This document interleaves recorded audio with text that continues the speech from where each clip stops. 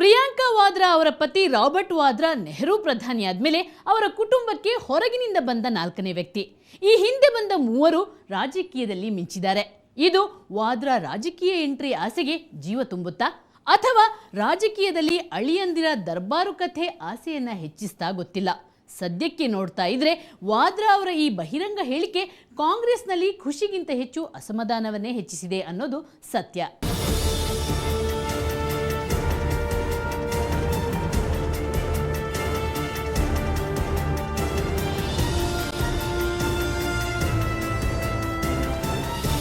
ಮದುವೆಯಾಗಿ 15 ವರ್ಷ ಆಯಿತು.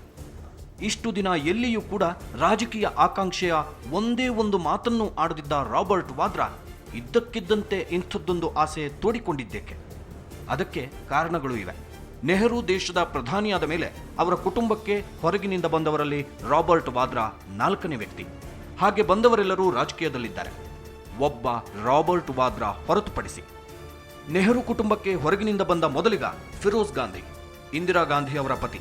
ಮಾವ ಪ್ರಧಾನಿಯಾಗಿದ್ದಾಗ ಫಿರೋಜ್ ಸಂಸದರಾಗಿದ್ದವರು.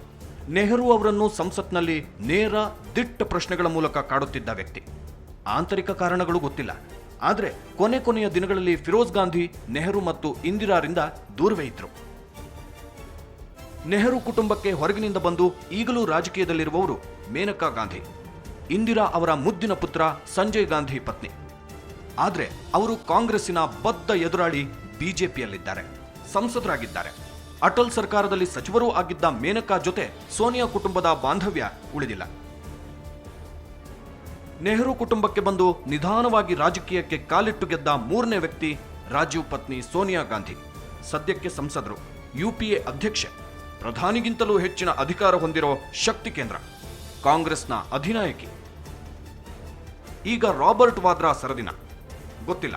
ಪ್ರಿಯಾಂಕಾ ಜೊತೆ ಮದುವೆಯಾದ ಬಳಿಕ 15 ವರ್ಷ ರಾಜಕೀಯದಿಂದ ದೂರವೇ ಇದ್ದ ವಾದ್ರಾ ಈಗ ತಾನೇ ರಾಜಕೀಯಕ್ಕೆ ಕಾಲಿಡುವ ಕನಸು ಕಾಣುತ್ತಿದ್ದಾರೆ. ಅದಕ್ಕಿನ್ನೂ ಕಾಲ ಕೂಡಿ ಬಂದಂತಿಲ್ಲ. ಇದಷ್ಟೇ ಅಲ್ಲ, ದೊಡ್ಡ ಕುಟುಂಬದ ಅಳಿಯನಾಗಿ ಬಂದು ಮಾವನ ಅಧಿಕಾರ ಪೀಠದಲ್ಲಿ ಸ್ಥಾಪಿತಗೊಂಡ ರಾಜಕಾರಣಿಗಳ ಯಶಸ್ಸು ಕೂಡ ವಾದ್ರಾ ತಲೆಗೆ ಹೊಕ್ಕಂತೆ ಕಾಣುತ್ತಿದೆ.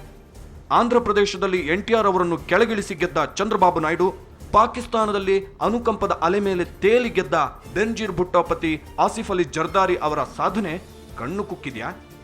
ಗೊತ್ತಿಲ್ಲ. ವಾದ್ರಾ ಹೇಳಿಕೆ ಕಾಂಗ್ರೆಸ್ ಅಜೆಂಡಾನ? ಈ ಅನುಮಾನವೂ ಕಾಡುತ್ತಿದೆ. 15 ವರ್ಷ ಸುಮ್ಮನಿದ್ದ ವಾದ್ರಾ ಈ ಹೇಳಿಕೆ ನೀಡಿ ಸೈಲೆಂಟ್ ಆಗಿ ಕುಳಿತಿದ್ದಾರೆ.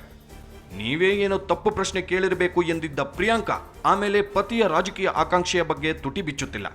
ಸೋನಿಯಾ ಆಗಲಿ ರಾಹುಲ್ ಆಗಲಿ ಇದರ ಬಗ್ಗೆ ಒಂದೇ ಒಂದು ಅಕ್ಷರವನ್ನು ಮಾತನಾಡುತ್ತಿಲ್ಲ. ಪ್ರಿಯಾಂಕಾ ಬೆಂಬಲ ಯಾರಿಗೆ? ಅಣ್ಣನಿಗ, ಗಂಡನಿಗ? ಈ ಪ್ರಶ್ನೆಗೆ ಉತ್ತರ ಸರಳ.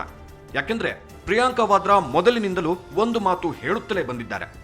ಅಣ್ಣ ರಾಹುಲ್ಗಾಗಿ ನಾನು ಏನು ಬೇಕಾದರೂ ಮಾಡಲು ಸಿದ್ಧ ಎಂದಿದ್ದಾರೆ.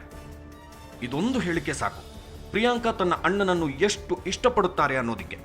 ಇದನ್ನು ನೋಡಿದ್ರೆ ತಂಗಿಯ ಬೆಂಬಲ ಅಣ್ಣನಿಗೆ ಎನ್ನುವುದು ಸ್ಪಷ್ಟ. ಅಣ್ಣ ರಾಹುಲ್ರನ್ನು ಇನ್ನಿಲ್ಲದಷ್ಟು ಹಚ್ಚಿಕೊಂಡಿರೋ ಪ್ರಿಯಾಂಕಾ ರಾಹುಲ್ ನೋವಿಗೆ ಹೆಗಲು ಕೊಟ್ಟಿದ್ದಾರೆ. ಅಮ್ಮನ ರಾಯ್ಬರೇಲಿ, ಅಣ್ಣನ ಅಮೇಥಿಯಲ್ಲಷ್ಟೇ ಪ್ರಚಾರ ನಡೆಸುತ್ತಿದ್ದ ಪ್ರಿಯಾಂಕಾ ಈ ಬಾರಿ ಇಡೀ ಉತ್ತರ ಪ್ರದೇಶದಲ್ಲಿ ತಿರುಗಿದ್ದಾರೆ. 15 ದಿನಗಳ ಕ್ಯಾಂಪ್ ಹಾಕಿ ಬಿಸಿಲು ಧೂಳು ಲೆಕ್ಕಿಸದೆ ಸುತ್ತಾಡಿದ್ದಾರೆ. And Raebareli, and my brother and I will talk to each other and decide. I'll do anything to help my brother. I'll do anything to help my brother.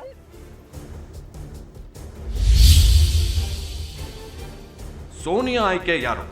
ಮಗನೋ ಅಳಿಯನೋ? ಕಾಂಗ್ರೆಸ್ನಲ್ಲಿ ರಾಹುಲ್ ಪಟ್ಟಾಭಿಷೇಕಕ್ಕೆ ಆಗಲೇ ಸಿದ್ಧತೆಗಳು ನಡೆಯುತ್ತಿವೆ. ಹಂತ ಹಂತವಾಗಿ ಸೋನಿಯಾ ತಮ್ಮ ಕೈಯಲ್ಲಿದ್ದ ಅಧಿಕಾರಗಳನ್ನು ಬಿಟ್ಟುಕೊಡುತ್ತಿದ್ದಾರೆ.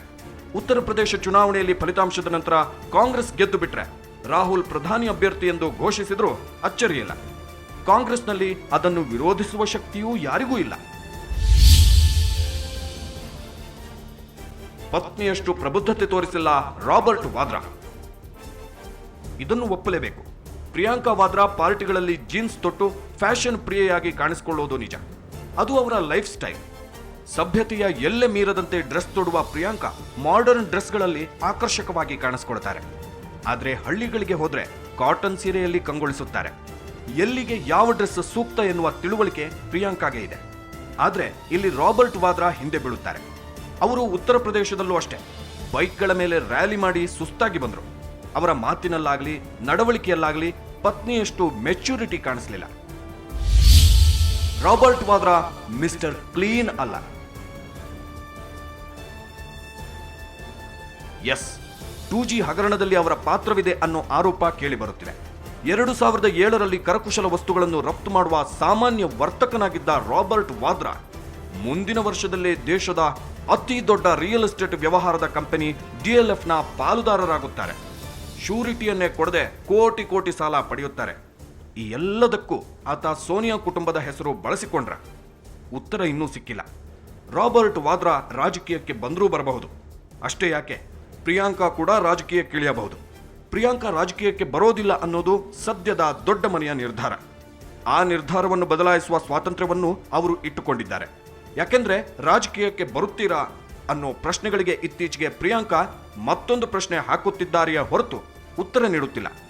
ಸೋನಿಯಾ ಅಳಿಯನೂ ಬರಬಹುದು, ಮಗಳೂ ಬರಬಹುದು. ಮಗನಂತೂ ರಾಜಕೀಯದಲ್ಲಿ ಇದ್ದಾರೆ. ಸೋನಿಯಾ ತಮ್ಮ ಇಡೀ ಕುಟುಂಬವನ್ನೇ ರಾಜಕೀಯಕ್ಕಿಳಿಸಿ ಯಾವ ಚದುರಂಗ ಆಡುತ್ತಾರೋ ಏನೋ. ವೇಟ್ ಮಾಡಿ ನೋಡೋಣ. ಒಟ್ನಲ್ಲಿ ಈಗ ಎಲ್ಲರ ಕಣ್ಣು ಉತ್ತರ ಪ್ರದೇಶದ ಎಲೆಕ್ಷನ್ ಮತ್ತು ಅದರ ಫಲಿತಾಂಶದತ್ತ ನೆಟ್ಟಿದೆ. ರಾಹುಲ್ ಗಾಂಧಿಗಂತೂ ಇದು ನಿರ್ಣಾಯಕ. ಉತ್ತರ ಪ್ರದೇಶ ಎಲೆಕ್ಷನ್ ಮುಗಿದು ರಿಸಲ್ಟ್ ಹೊರಬಿದ್ದ ಮೇಲೆ ಸೋನಿಯಾ ಅಳಿಯನ ಹಣೆ ಬರಹೂ ನಿರ್ಧಾರವಾಗುತ್ತೆ.